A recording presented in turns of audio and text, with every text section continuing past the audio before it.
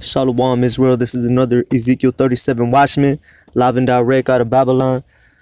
For disclaimer purposes, this content is for educational purposes, directed towards the so-called Black, Hispanic, and Native American Indian, pertaining to the historical points of reference prior to 1492, after 1492, to modern-day America 2019, coinciding in conjunction with the fact that we're not in our proper status legally, operating under fictitious names, which are our birth certificates and social security numbers. Simplify everything I'm stating to the lost sheep dispersed to the four corners of the earth, which identifies so-called Negroes, Latinos, and Native American Indians. All praises to the Most High, fam. I got another lesson for you today. It's called Be Not As Your Fathers. And the reason why I'm going over this subject matter right now is predicated on the disobedience and the ignorance that coincides within the so-called Black, Hispanic, and Native American community, biblically known as the Northern Kingdom of Israel and the Southern Kingdom of Judah. I'm going to be starting off in the book of Zechariah. This is predicated on the historical points of references that involve the disobedience of our ancestors, why we fail as a nation, why we continue to fail today, and if we don't get right while we're in America or in this captivity, we are destined to fail if we don't coincide or coexist with the Most High and His Son through applying these law, statutes, and commandments with all truth and sincerity. So, the book of Zechariah, chapter 1, verse 2. Yahweh had been sore displeased with your fathers. Therefore say thou unto them, Thus saith Yahweh of hosts, Turn ye unto me, saith Yahweh of hosts, and I will turn unto you, saith Yahweh of hosts. So the Most High is saying, he prophesied through the prophet Zechariah, turn back unto the Father. You know what I'm saying? And he will turn back unto you. Right now in America, we're not turning unto the Father. We're turning and conforming unto unlawful acts. We're turning and conforming unto idolatrous, adulterous, thieverous, treacherous, disobedient ways that cause us to be locked up based on the 13th Amendment. So if we're not applying the law and litigation of the Most High God of Israel according to the Torah and the mitzvot and the law of the land under UCC, Uniform Commercial Code, we are bound to break a law in this society that's going to cause our people to either be locked up or pay fines, right? Or be subject unto payment like the scripture says. So, if we turn unto the Father, He's going to turn unto us. And it's beautiful because you see the balance, you see the polarity. So if we're not dealing with the Father, He ain't dealing with us. But He's allowing us to prosper. He's allowing us to be a light unto to these Gentiles, man. If we're not doing what the Most High put us on this earth to do, we're going to fall victim to anything. You know what I'm saying? So that's why we got to be able to separate ourselves from the world and separate from worldly tendencies that will cause us to err through the ways of our ancestors and the ways of our own accord. So that's why we got to learn from our mistakes, Israel, and apply what is written through the word of the Most High, so we could prosper in all that we do and not be conformed to the way of this world, which is why the Most High put us in captivity, because we wanted to stray away from the commandments. You feel me? So verse 5, your fathers, verse 4, be ye not as your fathers. So this is why I've named this lesson, Be Not As Your Fathers. The Most High is saying, do not be like your ancestors, fam, unto whom the former prophets have cried, saying, Thus saith Yahweh of hosts, turn ye now from your evil ways and from your evil doings. Same thing we're doing today. We're warning the sheep. We're warning the nation of Israel and all nations that coincide within this bloodline and family tree. If you are not applying the law, statutes, and commandments of the Heavenly Father, you are going to die. You're going to perish. You're going to jail. You're going to face all type of hell if you're not doing what the Most High ordained you to do. You know what I'm saying? So this is why it's imperative, Israel, that we understand in these last days, what the Most High requires of us. And, through the will of Yahweh Ba'ashem, Yahweh Shai, I'll be able to be an asset, as these days and these weeks and these months and these Most High will years to come, to provide you information, not only for simple edification's sake, like lessons like this, but when is a true Sabbath day, the 12 tribes breakdown chart, historical points of reference, motivation, music compositions, just glorifying the Father through our works. And this is the day and age that we need to be doers and not hearers only. You see what I'm saying? So let me read that again, verse 4. Be ye not as your fathers, unto whom the former prophets have cried, saying, Thus saith Yahweh of hosts, turn ye now from your evil ways and from your evil doings. But they did not hear, nor hearken unto me, saith Yahweh. So look at this, fam. Same today. We go out to the highways and the byways, whether in the streets or on social media, no matter where the case may be, and we teach the Negro and Latino their true biblical nationality and the laws they're supposed to keep, and they look at this as a funny thing, like this is not what the Most High requires of us or commands of us. You understand what I'm saying? So Israel, there's going to be a time and a place where we got to be able to better demonstrate and be orchestrators of the heavenly kingdom to do all that the Most High requires of us. So in order for us to be an asset and not a liability unto ourselves and to our own nation, we have to do all that the Most High requires of us, right? So we got verse 6. But my words and my statutes, no matter of fact, let me go back to verse 5. Your fathers, where are they? And the prophets, do they live forever? So if you think about it, and how sad, even when you look at today in America, the majority of they are raised in single parent households. They don't have their fathers. They don't have, quote unquote, a family body or family function, due to the fact that a lot of our brothers and sisters come from broken households, you know? So when a child is raised without their parents or raised without their father, that hedge is absent. And when that hedge is absent, this child is conformed to do whatever his soul pleases based on the lack of parental supervision, I being one of them. So in order for us to learn from the ways of our ancestors, we got to look back and see where they went off. So in this current day and age, not to do the same. You feel me?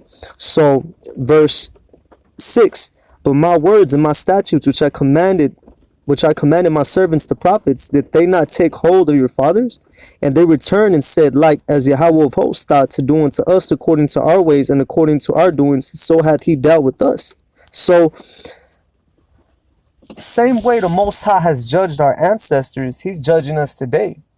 So this is why we got to be doers of the word and not hearers only, fam. So when you look at the imperial times, during the times of the Exodus, looking at the times of Judges, looking at King Solomon's time, looking at Rehoboam's time, looking all the way to Jeroboam's time, all the way to Omri, to Ahab, all the way to Jehu, from Jehu past Hezekiah, all the way down to the end of the southern kingdom and the northern kingdom rule, you know, after 722 BCE, during the Assyrian captivity, going all the way to the Babylonian. So from the Babylonian captivity to the Persian, to the Greco-Roman, all the way to Yahushai's time, to the Roman captivity, all the way to the slavery here in the Americas to modern day. So if we understand that from these imperial times, there has been a work with the Heavenly Father, and the Father is a creator of all nations, fam. You know what I'm saying? He puts in spirits, he creates spirits, you know.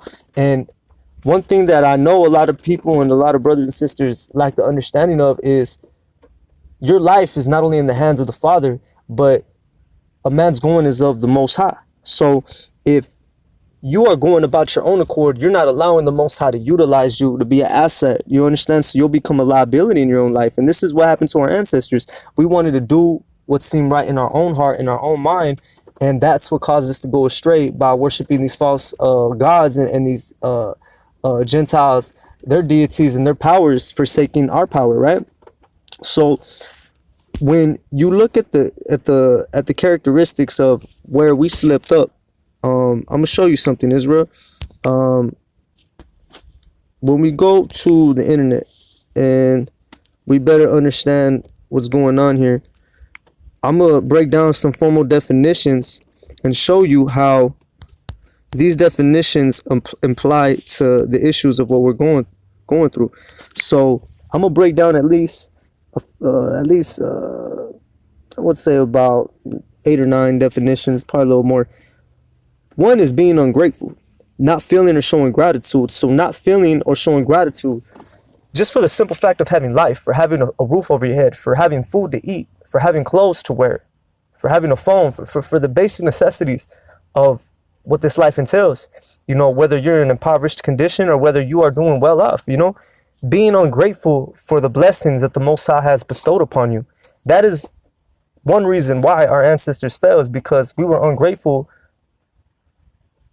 Most High chose us to be a special people, to reign on the land, and we didn't do what he commanded. So through our ungratefulness and that type of spirit caused us to be utterly destroyed as a nation. So in conjunction, not pleasant or acceptable. So there you go. So if we're not pleasant in the sight of the Most High, how can he use us? If we're not accepted by the Most High, how can he deal with us, fam?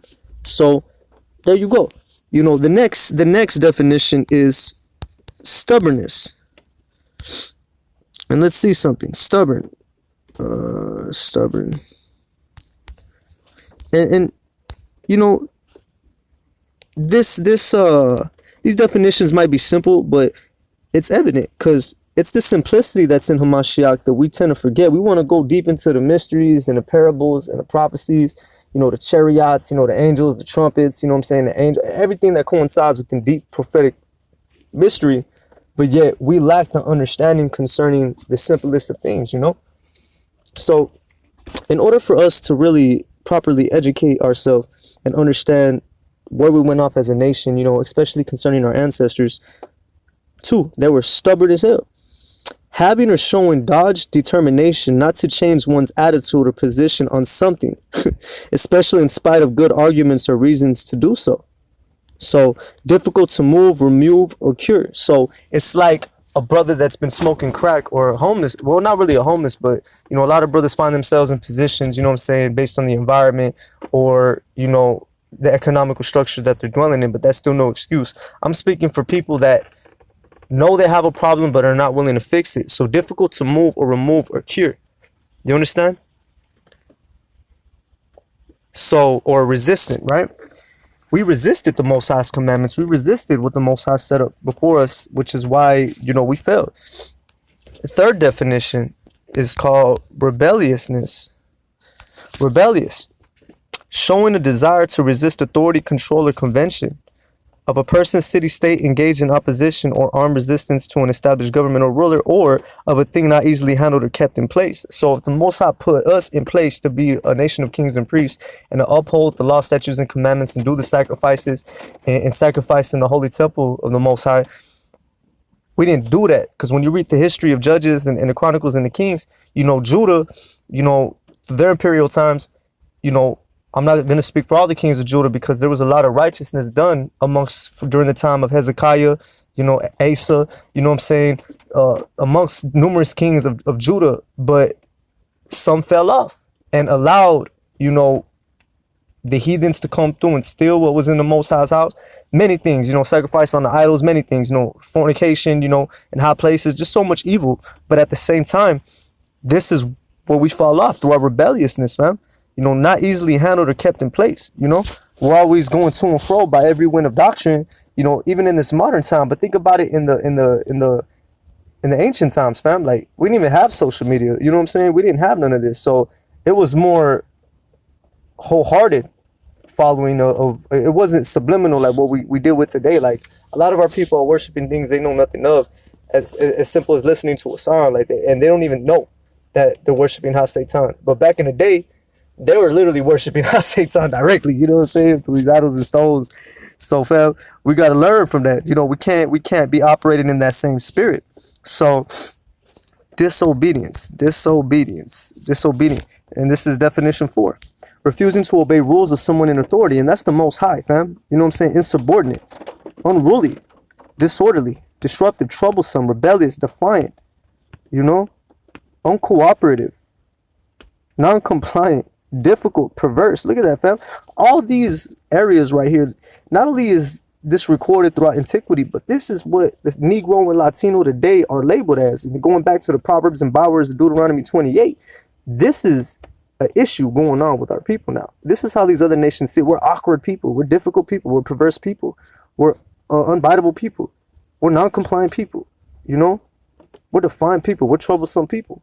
Now, naturally and truly, we're actually a very humble people. We're a very loving people, you know? But through the ages, fam, we have been miseducated on who we really are and the true significance of our existence. So, you know, we don't look at our brother as another king or a prince. We don't look at our sister like royalty or a princess and daughter of the Most High. Nah, we look at her as a whole, as a thought. Oh, girl, shouting. You know what I'm saying? So it's like, when you look at what's going on today, it's completely out of order. You know what I'm saying? So that's definition 4. And definition 5, idolatry. The worshiping of idols. The worship of idols. We are doing this today, family. Still to this day, even ignorantly. You know, even if it's intentional or not. You know what I'm saying? If you're putting your faith in wood and stone, you know, whatever the case may be, no matter what idol, there's many idols to worship.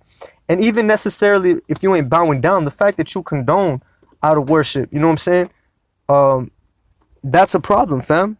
Extreme admiration, love, or reverence for something or someone, you know? Glorification primarily. So this is something we gotta better understand, fam. Like, all these things we really suffer from as a nation, and if we don't correct it, this is going to be our destruction. Idolatry was the northern kingdom of Israel's destruction, and disobedience to the law and to the program that the Most High set up was Judah's destruction. You know what I'm saying? So that's 5. 6. Let's get this. Hatred, intense dislike or ill will towards our brothers, fam. And what did Hamashiach say? The 2 greatest commandments hang all the prophets. Love thy neighbor as thyself, and love the Most High with all thy heart, and with all thy soul, and with all thy might. So if we're not out here loving our brother as we love ourselves, we cannot love the Father. I believe John quoted that. You know what I'm saying? Saying, if a man say he love his brother whom he have seen, and say he love the Most High who he have not seen, you know, he's a liar and the truth is not in him. So how can you say you love the Most High, but you hate your brother who you have seen, but you love the Most High you have not seen? You know what I'm saying? So you see the contradiction there. So it's like, we got to learn from that, fam. We're not supposed to loathe our brother. We're not supposed to hate our brother. We're not supposed to dislike our brother. You know, I mean, it differs based on, you know, if the brother's in righteousness or not. You know, even if he in the world, you know what I'm saying? There's a difference between an honorable man and a dishonorable man, you know? You know, we all do things that are dishonorable from time to time. We all fuck up. We all mess up. We all go through shit. You know, we let each other down. You know what I'm saying? But like the scripture says, a righteous man falleth 7 times, but gets back up, right? So if we got to apply these same principalities, you know, in our daily conduction, then guess what, family? We have to learn from the disobedience of our ancestors. So we're not a proverb and a byword and cursed out here in these streets. We're supposed to be a light unto these Gentiles. So if we're not showing hatred, if we're showing hatred towards our own people, how do you think these other nations are going to respect you? But it's like vice versa, because in this society, if you're not killing, robbing, lying, or hitting licks off your people, you're not deemed as anything significant, you know, because that's what the music industry and everything promotes is, you know, the evil towards your brother, you know, hatred towards your brother and turning your woman into hoes, you know what I'm saying?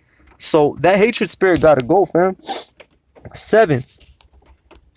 And this is a big issue within Israel, you know what I'm saying, right here. Witchcraft, fam. The practice of magic, especially black magic, and the use of spells, sorcery, black magic, wizardry, necromancy, voodoo, hoodoo, divination, a modern context religious practice involving magic or affinity with nature, usually with pagan tradition, bewitching, a fascinating attraction or charm.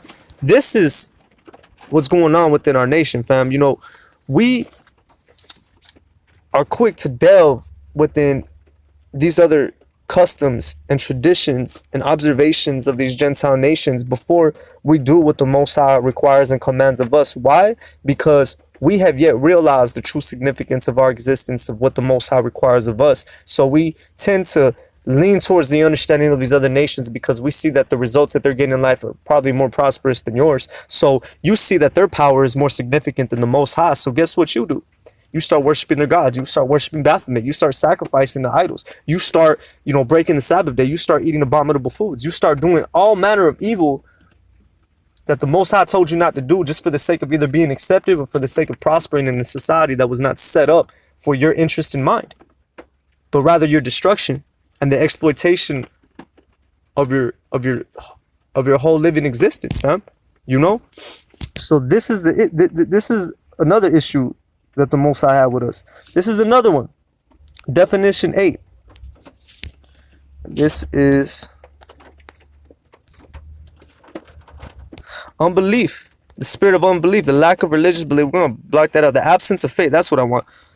Or disbelief. Non-belief. You know, lack of faith. cynicism, doubt. See, that's what I want. This is actually a sin, fam. The feeling of uncertainty or lack of conviction. And I speak this to you in shame. Like, if you really think about it, Israel, we're raised in impoverished conditions. We're raised destitute of daily food, resources, family hold structure, all these things. So I could understand why you have a lack of conviction. I could understand why you have uncertainty of life. You know, these are all part of the curses of Deuteronomy, the 28th chapter. So guess what, Israel? If you're not doing what the Most High requires of you and quote unquote having that faith and doing what he requires, you know, despite difficulty, despite affliction, despite all that you go through within your life,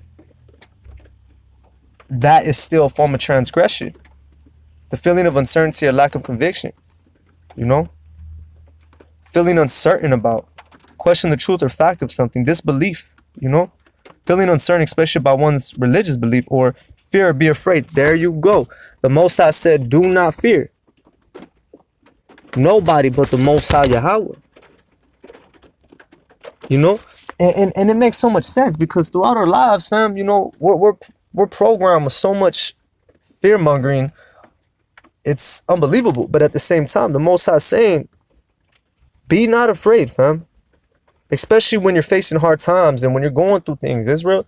I speak this to you in my experience and shame, fam. Like, I have been in fear. I have fled. I have, you know, fallen victim. I have, you know, disobeyed the Father through my unbelief and through my uncertainty and through my lack of faith, fam. And I've learned from that, and I'm still learning from that. This is why I'm on this video today, to let you know, fam, like, we got to learn from the sins of not only of our ancestors, but from our own doing, which is not right, and put on the Most High. So, I'm gonna stop right there concerning the definitions. But from adultery, you know, the spiritual, physical, you know, no faith, etc. You know, so all these areas coincide directly with, you know, the disobedience of our ancestors. You know what I'm saying?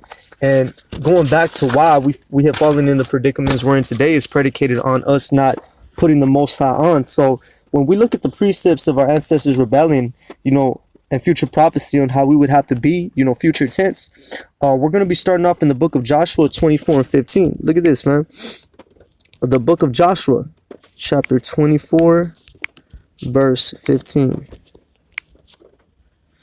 And if it seem evil unto you to serve Yahweh, choose you this day whom you will serve, whether the gods which your fathers served that were on the other side of the flood, or the gods of the Amorites in whose land ye dwelt. But as for me and my house, we will serve Yahweh. So watch this. Look it, fam. Because don't make no doubt about it. Our fathers weren't just corrupt men like that either. They had, this is the reason why we were chose. Verse 16, the people answered and said, God forbid that we should forsake Yahweh to serve other gods. You know what I'm saying? So even from the time of the Exodus, you know, we spoke with the Most High, you know, through that cloud of smoke. You know what I'm saying? You know, while the Most High was orchestrating these angels, man, you know what I'm saying? You know, at that time, and we made a covenant with the Father, fam. So it's either you're going to serve the gods of these other nations, you're going to serve the Most High directly. So that's that. 1 Samuel 12 and 15.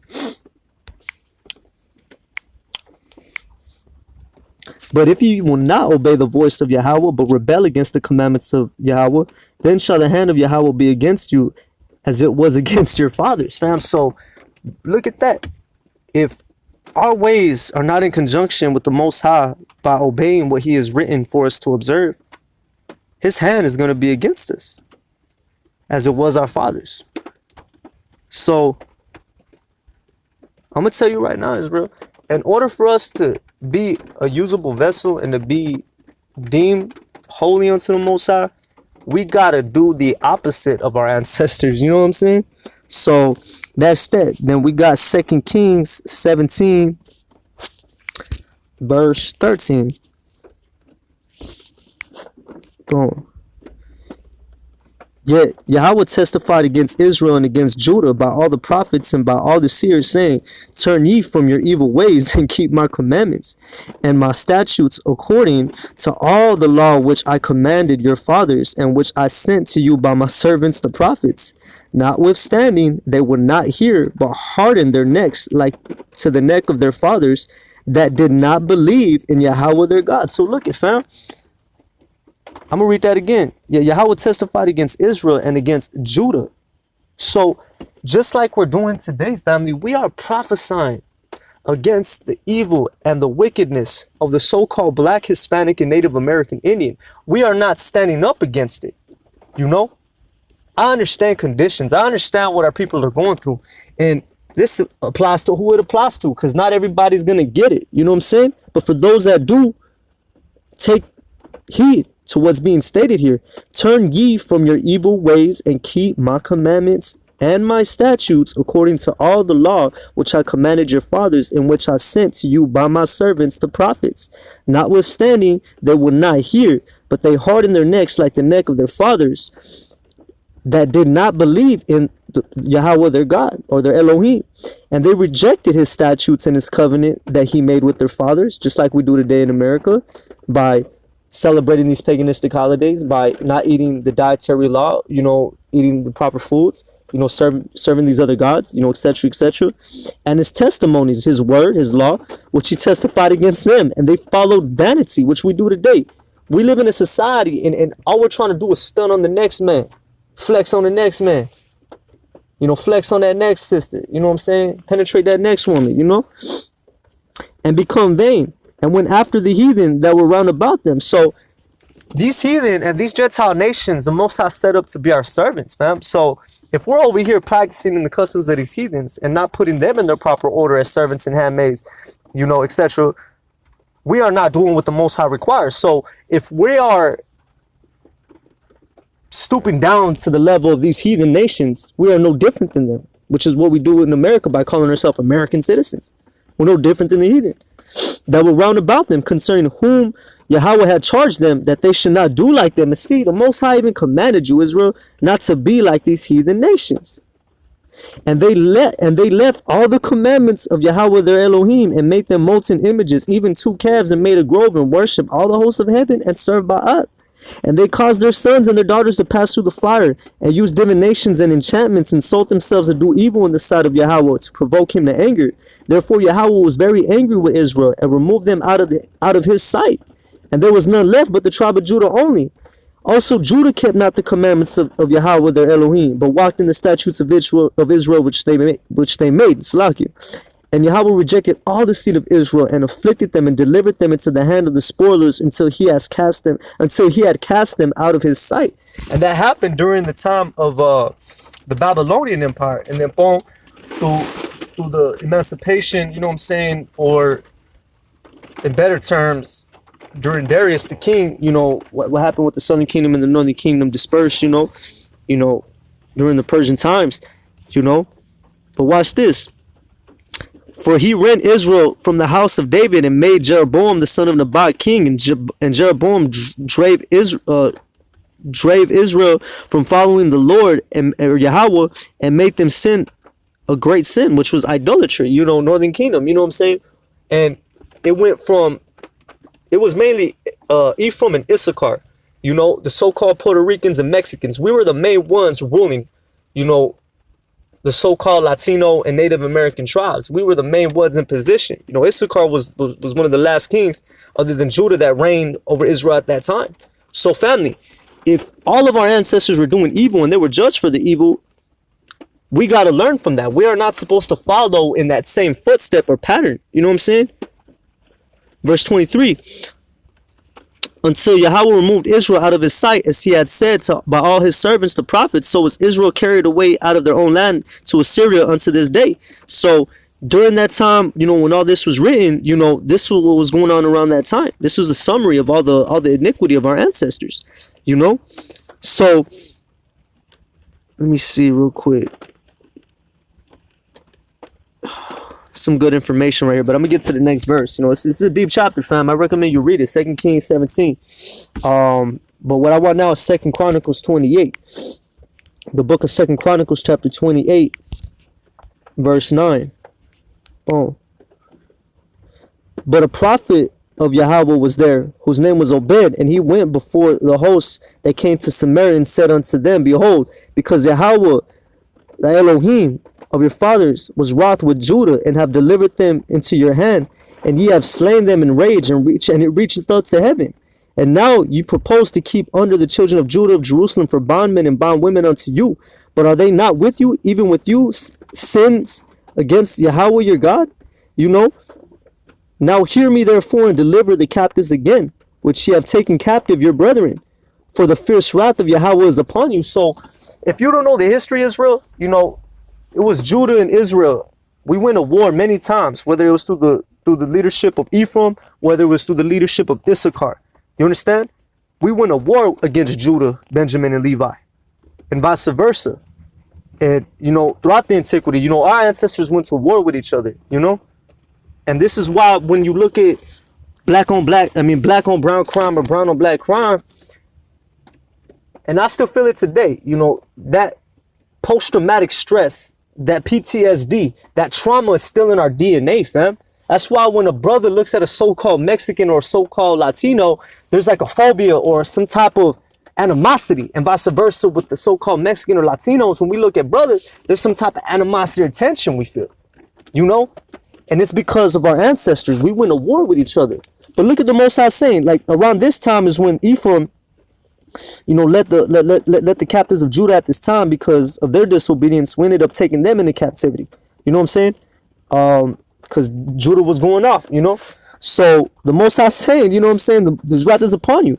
Verse 12, and then certain of the heads of the children of Ephraim, Azariah the son of Johanan, Berechiah and the son of Meshilemath, and Jehezekiah the son of Shalom, and Amasa the son of Hildai, stood up against them and came from the war, and said unto them, Ye shall not bring in the captives hither. And whereas we have offended against Yahweh already, ye intend to add more to our sins and to our trespass, because we're already idolaters. We're already still repenting from our idolatry, and a lot we're still in idolatry, you know.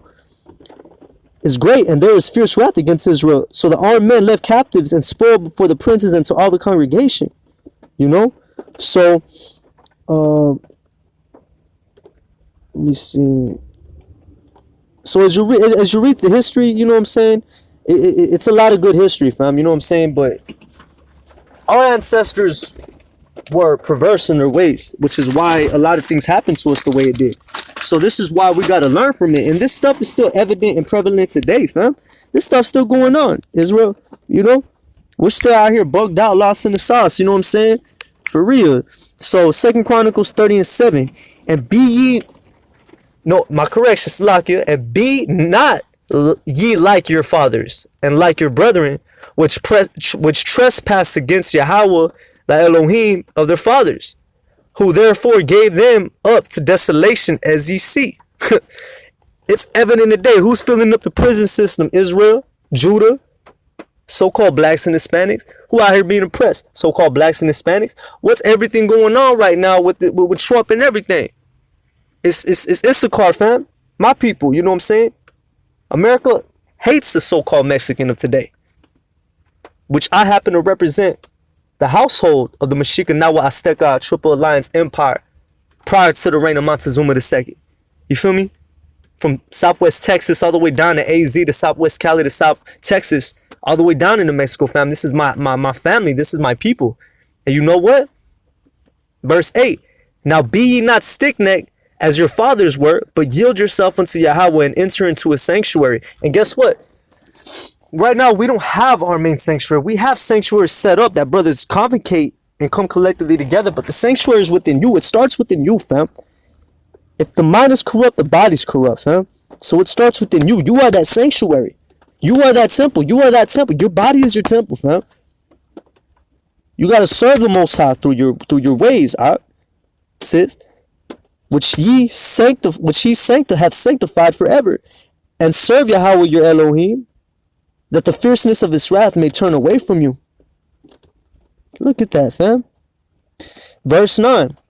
For if ye turn again unto Yahweh, your brethren and your children shall find compassion before them that led them captive. And this is what we're experiencing now. Despite all the poverty, all the hatred, all the racism we got to deal with in America, we are still finding compassion in the Most High. He is blessing us, fam. Even in our lowest state. To have this knowledge, to have this understanding, it's a blessing, family. So that they shall come again into this land. For Yahweh your Elohim is gracious and merciful and will not turn away his face from you if you return unto him. So the only way, Israel, Judah, we could grow and be a vessel and be righteous is if we get down with the Most High program and turn from our wicked ways, fam. So, you know, and this is beautiful because this goes into the into the history. I'm gonna read this too, fam. It's good history right here. And this is during the time of Hezekiah's Passover. You know, Hezekiah, Judah was like, damn, even though we're split up as a family, I'm gonna call Israel and see if they're willing to pull up so we can keep the Passover, man. Because he did a great work. This was one of the biggest Passovers, you know, Israel had, fam. So he sent out letters throughout the northern kingdom, and we're gonna read verse 10. So the post passed from the city to the city, from city to city, through the country of Ephraim and Manasseh, and even unto Zebulun, the so-called Puerto Rican Cubans and the so-called Guatemalan and Panamanians of today. These are the biblical names. But they laughed them to scorn and mocked them. Look at that. Nevertheless, divers from Asher, from the Colombianos, all the way up to the Inca Empire, and Manasseh and Zebulun humbled themselves. Look. So the Cubanos, you know, Guatemala, the Panama, Nicaragua, Uruguay, to the Inca, you know, they humbled themselves and came to Jerusalem. Also in Judah, the hand of Yah was to give them one heart to do the commandment of the king and of the princes by the word of Yahweh. So the Most High put it in the heart of our ancestors, of our fathers, fam, to come to Jerusalem to keep the Passover.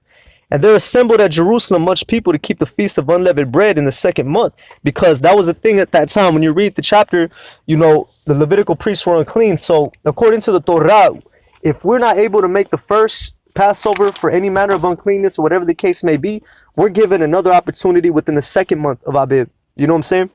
To keep another Passover. You know what I'm saying, fam? So the Most High there's no excuses, and there's even a judgment for not keeping the second if you can't keep the first. But that is at a later convenience, fam. You know what I'm saying? Verse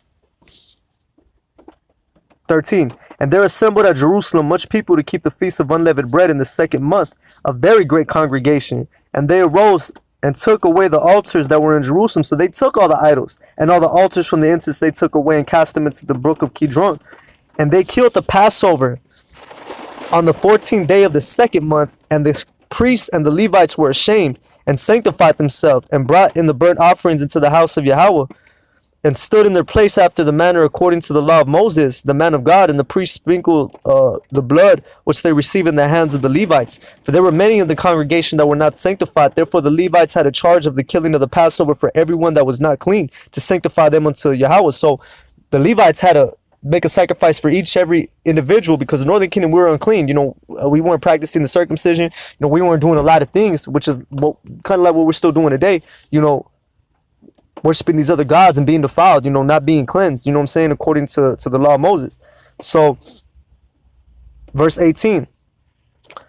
For a multitude of the people, even many of Ephraim, so-called Puerto Ricans, and Manasseh, the so-called Cubanos, Issachar, the so-called Mexicans, and Zebulun, the so-called Mayan Indians, or what you would identify from Guatemala, Nicaragua, Panama to Uruguay, had not cleansed themselves, yet did they eat the Passover otherwise than it was written. But Hezekiah prayed for them, saying, Thou good Yahweh, pardon everyone that prepareth his heart to seek Yah, and Yahweh, the Elohim of his fathers, though he be not cleansed according to the purification of the sanctuary.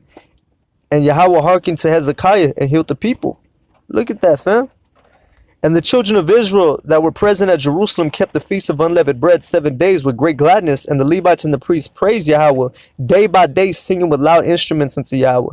And Hezekiah spake comfortably unto all the Levites and taught the good knowledge of Yahweh. And they did eat throughout the feast 7 days, offering peace offerings and making confession unto Yahweh, the Elohim of their fathers. And the whole assembly took counsel to keep another 7 days, and kept another 7 days with gladness. So that's how hard this Passover was, fam. It was a 14-day feast. It was a 14-day party, fam. Look at that.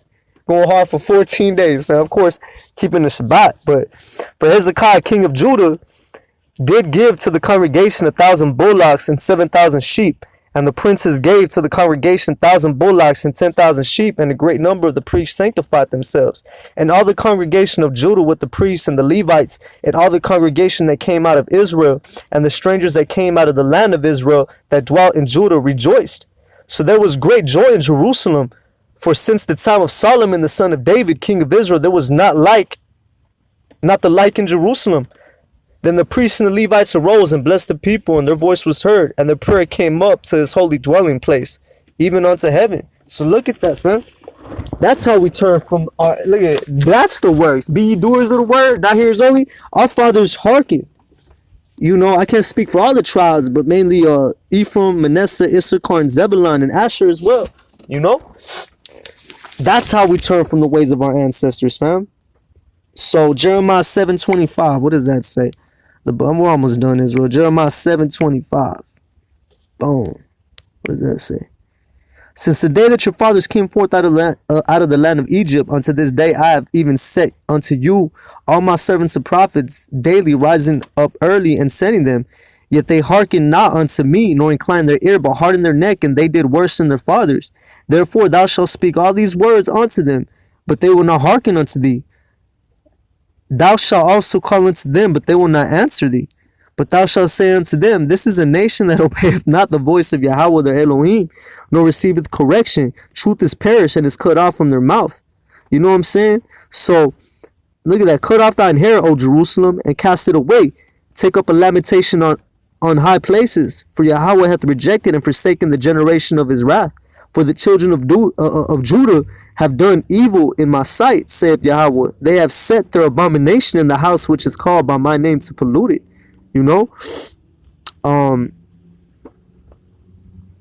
Look at that. And they have built the high places of Topheth, which is in the valley of the son of Hinnom, and burnt their sons and daughters in the fire, which I commanded them not, neither came into my heart. So, therefore, and it's evident like today with Planned Parenthood, you know, everything that's going on with Israel today, you know, the black woman or the black seed that comes from Judah has the highest rate of abortion in this society. That's no different than what our ancestors did by literally burning our children in the fire. Now it's prior to conception. You know what I'm saying? It's prior to birth. There's nothing new under the sun, Israel. You know? So this is why, you know, during that time, this is during the Babylonian captivity, you know, so, you know, this is why Judah fell. So, you know, as we read, so the Most High warns us that the evil of our ancestors is not to follow after their footsteps, but decrees us to judge righteous judgment, fam. So when we read Hebrews 8:8, matter of fact, let me get Jeremiah 31:31, and I'm going to conclude with this. I got two precepts with this. Jeremiah 31, verse 31. So this is the future prophecy in the times that we're living in now, fam. So be ye not like your fathers. This is what the Most High says, though. This is the conclusion of the whole matter. Verse 31, Jeremiah 31. Behold, the days come, saith Yahweh, that I will make a new covenant with the house of Israel and with the house of Judah. See how the Most High always makes a distinction? After 922, that's when the Most High separated the kingdoms because of our iniquity, you know?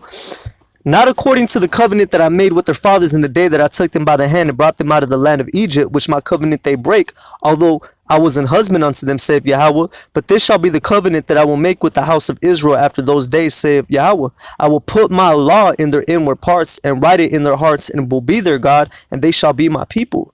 And they shall teach no more every man his neighbor and every man his brother, saying, no Yahweh. Like right now, how we're brothers hopping on social media on these platforms, edifying the sheep, teaching you who you are, your nationality. We're not going to be doing that. In that day, you're going to know who you are. And it's going to start now. This is why the word's coming out throughout the four corners of the earth. You're not going to have no issue. You're going to know you're Israel. And you're going to know to keep these commandments in that day and in this day to come. For they shall all know me, from the least of them to the greatest of them, saith Yahweh. For I will forgive their iniquity, and I will remember their sin no more. Thus saith Yahweh, which giveth the sun for a light by day, and the ordinance of the moon and the stars for a light by night, which divideth the seas and the ways thereof that war. Yahweh of hosts is his name. You know what I'm saying?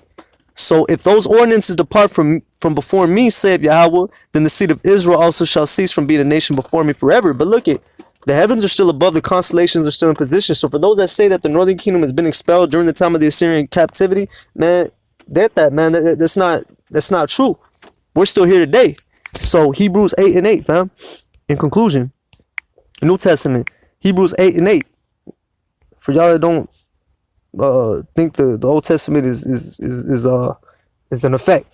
For finding fault with them, he said, behold, the days come, saith Yahweh, that I will make a new covenant with the house of Israel and with the house of Judah, not according to the covenant that I made with their fathers in the day that I took them by the hand and led them out of the land of Egypt, because they continue not in my covenant, and I regard them not, saith Yahweh.